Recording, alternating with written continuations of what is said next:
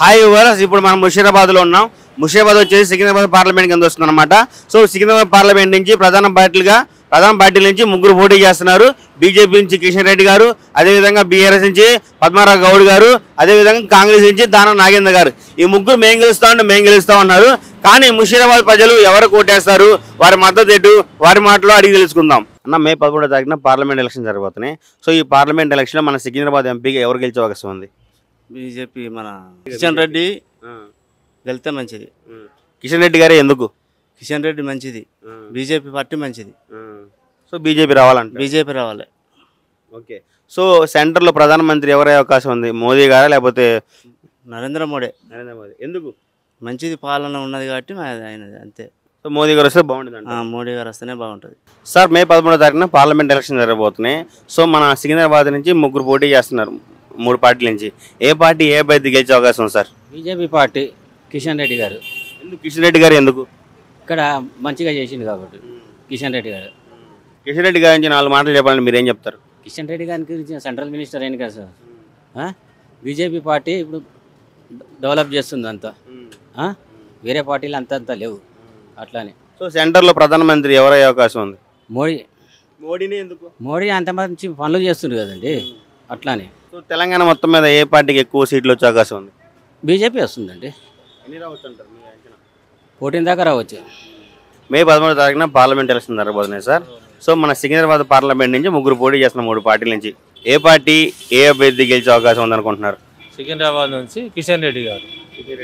కిషన్ రెడ్డి గారే ఎందుకు? కిషన్ రెడ్డి గారు ఎందుకంటే మోడీ చేసిన పనులు కాంగ్రెస్ 60 ఏళ్ళు 70 ఏళ్ళు పలపలించినా కానీ చేయలేకపోయింది. బీజేపీ 10 ఏళ్లలో నరేంద్ర మోడీ వచ్చినప్పటి నుంచి అభివృద్ధి చాలా చేసిండు, ఉన్న అప్పులు తీసేసిండు. కాకపోతే పెరిగిన రేట్లు, పెట్రోల్ రేటు గ్యాస్ రేటు పెరిగినా కానీ అనుకూలంగా అయితే అన్నీ అయిపోయినాయి. ఎందుకంటే మిలిటరీ వాళ్ళకు కూడా ఇప్పుడు మన ఆర్మీ వాళ్ళకి గన్స్ కానీ ప్రతి ఒక్కటి వాళ్ళకు ఐటమ్స్ అనేది పెంచేసింది. ఇప్పటి వరకు మన దగ్గర పెరిగినాయి పెట్రోల్ రేటు, డీజిల్ రేటు, కాకపోతే ఆయిల్ రేట్లు ఇవన్నీ పెరిగినా కానీ మనకైతే అనుకూలంగానే ఉన్నాయి.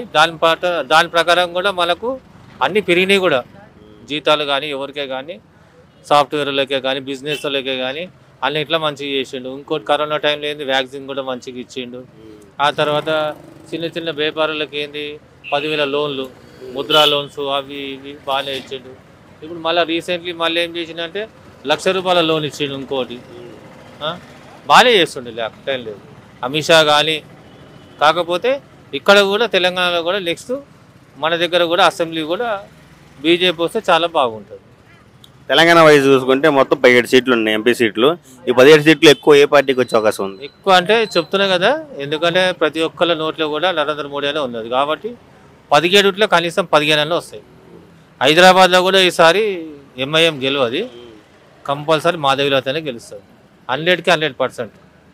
అంటే ప్రజెంట్ ఇప్పుడు కాంగ్రెస్ ప్రభుత్వం ఉంది కదా, సో కాంగ్రెస్ వచ్చే అవకాశం లేదంటారు ఎంపీలు కూడా? కాంగ్రెస్ ప్రభుత్వం ఉన్నది కానీ ఖాళీ ఆడవాళ్ళకి బస్సు పియ్యాలని కానీ అయిపోలేదు. అది ఉన్న 6 పథకాలు ఏం చేసిందని.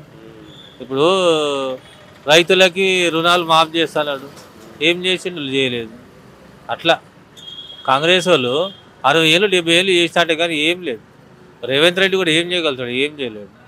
కేసీఆర్ ఉంటేదే మన తలకాయకి ఒక్క తలకాయకి 1,50,000 అప్పు చేసిపోతే ఈయన వచ్చి 90 రోజులు కాలేదు, అప్పుడే 25,000 కోట్ల అప్పు చేసాడు. 25,000 కోట్ల అప్పు చేసినట్టే మామూలు మాటలా? ఒక తలకాయకి ఎంత పెరిగినట్టు ఇప్పుడు మనకు? ఆయననే 1,50,000 అప్పు చేసిండు. అప్పుడు ఉమ్మడి కుటుంబం ఉన్నప్పుడు ఒక్క తలకాయకి 8,000 చిల్లర అప్పు ఉండే, తర్వాత 16,000 అయింది. పోతూ పోతూ ఉమ్మడి కుటుంబం పోతూ 16,000 అయింది. అసొంటిది ఈరోజు ఒక తలకాయకి 1,70,000 అప్పు ఉన్నది. కడుపులో తల్లి కడుపులో పిల్లగాడు ఉంటే కూడా ఆయన కూడా అప్పాలని ఉన్నది చెప్పి. అట్లా